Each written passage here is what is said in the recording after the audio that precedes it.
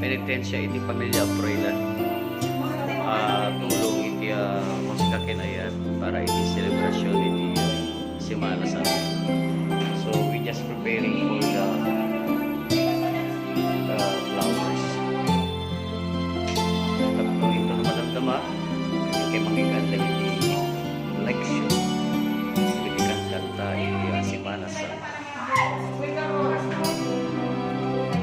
Naimbang na oras tayo aming kumagayang kita tinunong Proilan musika kinayan. Thank you. Mabalik kami kanong agdegosyon iti flower shop. Dati ni Madam Auring ni. Ini Mayora.